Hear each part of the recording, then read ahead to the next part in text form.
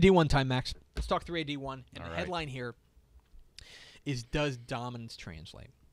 To me, I think you can make a very real argument that the most dominant team in the state this year has been Wall. Boy, you're not kidding.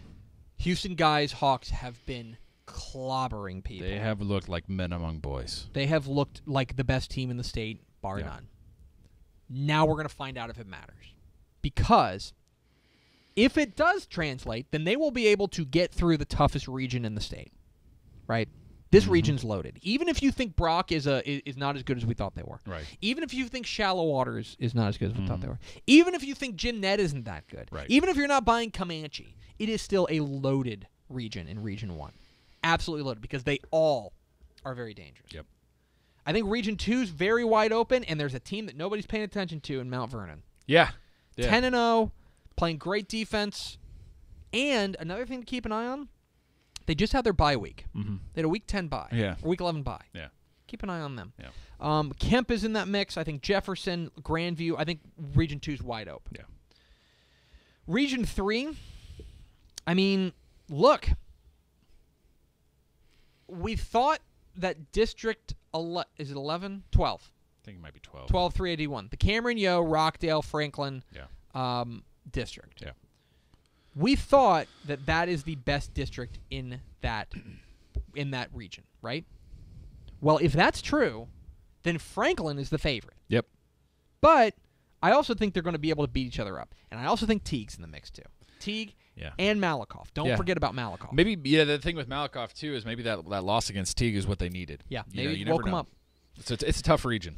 And Region 4 is interesting because you've got Hallettsville, and then you've got another team that, golly, they're doing it again. It's that same darn thing.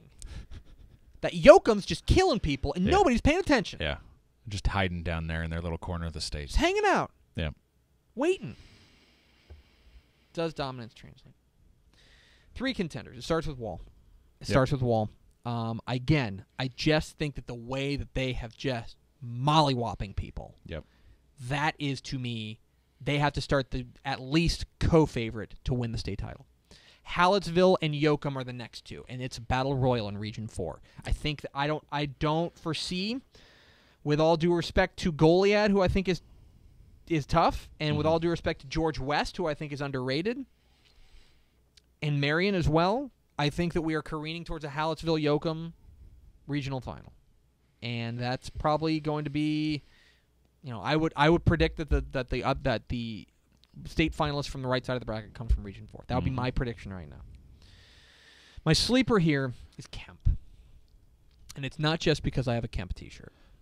We have many Kemp things. Not only because of that. Lots of Kemp swag in Kemp this is office. another team that can score. They're another team that can put up big numbers offensively. And I also think that if you start looking at the way this bracket shakes out, if you believe that there's not a world beater in Region 2, which I think is a reasonable belief, then what's stopping them? Yep.